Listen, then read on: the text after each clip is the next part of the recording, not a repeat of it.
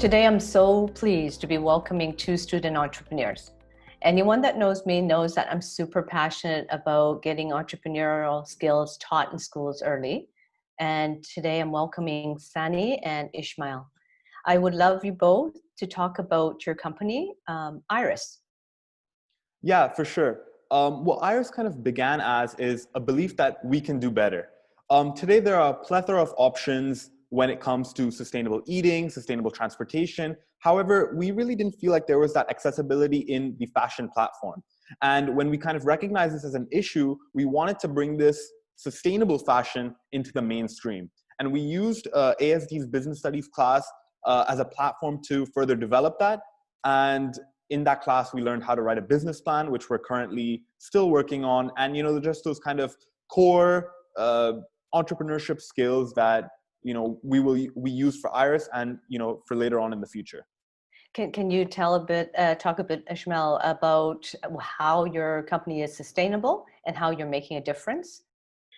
Yeah, so we initially started off the idea because Sonia and I both had similar interests in regards to that we both were interested in fashion and would have liked to start a company and have control over what we wear and produce. But also we're conscious about the environmental issues that have been affecting the world in the past few years. So we wanted to combine these together. And the main way that we have figured out that to combine these two and essentially marry our two passions in a sense is by collecting surplus materials from factories around the UAE. And by doing this, we'd go to different factories, collect the materials, and then combine them into different unique one-of-one pieces, and essentially just create a bespoke piece, a unique shirt for all of us. That's awesome. And how have the sales been? We've actually sold out our first collection. So everything is going, pretty well in terms of that space. We kind of want to now move further, develop a stronger e-commerce platform, and kind of bring our product to different audiences. And we really think that places in New York, London, Japan, these fashion capitals would be really interested in a product like this. Yes, absolutely. Just very quickly, how do you split the work between you? One of you designs, the other is the business development.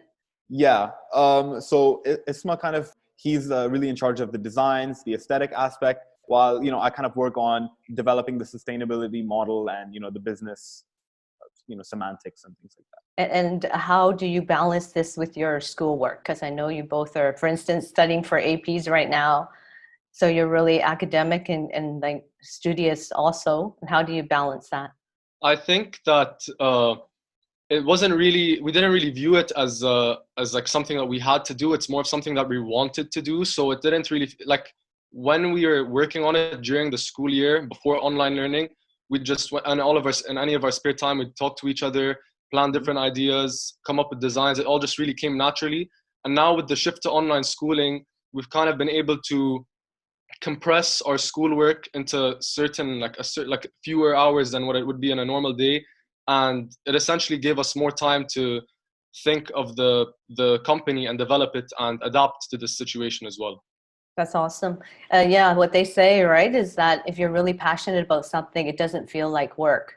Yeah, for sure. I would love to have you both come back and talk a bit more about being an entrepreneur and what it means to be a student entrepreneur.